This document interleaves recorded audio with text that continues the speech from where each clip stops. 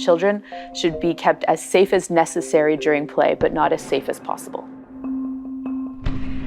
It's fundamental to expose children to risky play really for their long-term development and growth. When we incorporate risky play into our lives, we're allowing kids to learn how to manage risks, how to build a sense of confidence, because we're allowing them to push their limits just a little bit, and the next time maybe they'll go a little bit further.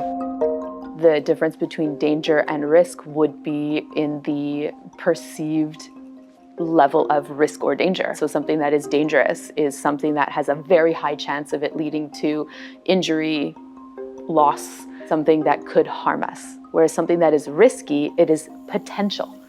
Right? So it's not really dangerous. There is a risk that it could become dangerous if we do not follow common sense, logic, and the life rules that we've learned.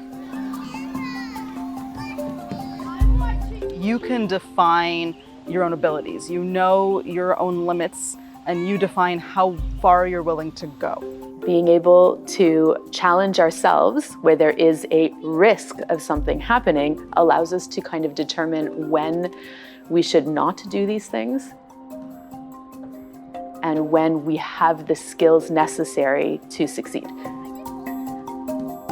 So climbing a ladder to 2 rungs for a 2-year-old may be very risky, but as adults we know that's not hazardous. If there were broken bottles on the bottom, on the ground, that would be hazardous or dangerous, and we wouldn't allow that because the adult can see that that's not safe. Dangerous play would be where we are not able to either control the elements or we're putting somebody at a very high risk of injury.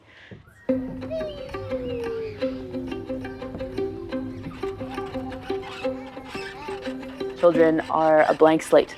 They have to learn what their abilities are, what the demands of the environment are, what the personal demands around everybody else around us is, and how to navigate those together.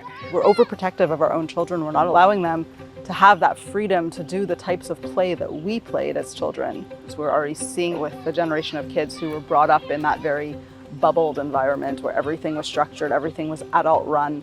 From a lack of exposure to risky play, we will make poor decisions about our own abilities, the level of risk that a situation can entail, as well as our own self-confidence around an activity.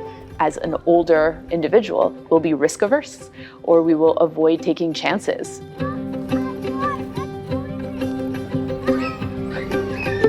When we see kids who are not properly buckled in car seats, who are not wearing their helmets properly, these are the major traumas that we see. Kids, playing on playground structures and being a little risky in the way they play, they may have some scrapes and bruises. Maybe we have some minor injuries from our perspective, but you're not having the major brain injuries, the major spinal cord injuries. I'm still here. You're close. Here, put this foot. I think to create safety with risk, it comes from the adults initially. I mean, especially in young kids, they can't recognize safety. You have an amazing playground here where you have a smaller playground for younger kids, a bigger one for older kids. A very small hill that kids may think is huge when they're sliding down it, but as an adult you look at it and say, that's really not that dangerous.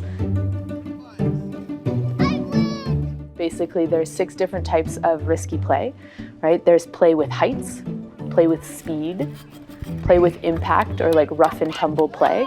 You've got play with tools. You've got play with dangerous elements, right? Or near dangerous elements, so near water, near fire, that kind of thing. And then you have play where children can, disappear or get lost.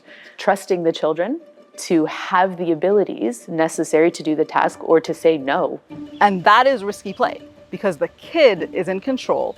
They're playing the way they want to play and they think they're doing something that's really dangerous. But we as adults supervising them know that they're in a very safe environment, that we see them even though they think we don't, that we know that what they're doing is safe and that we've created an environment that is engaging but is also very safe. When you get to the stream, you do not go in, you do not go past.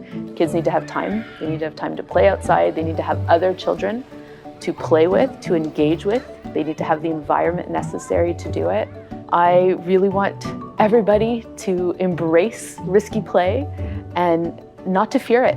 It is recommended by pediatricians, it's recommended by professionals, and it's recommended by kids. You will be happy that you did it when your teenagers are making good decisions, because the risks as a teenager are so much bigger than the risks presented to young children before the age of 6.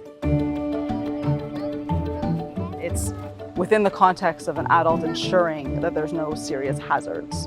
And to go slowly so you feel safe enough doing it and never feel outside of your element.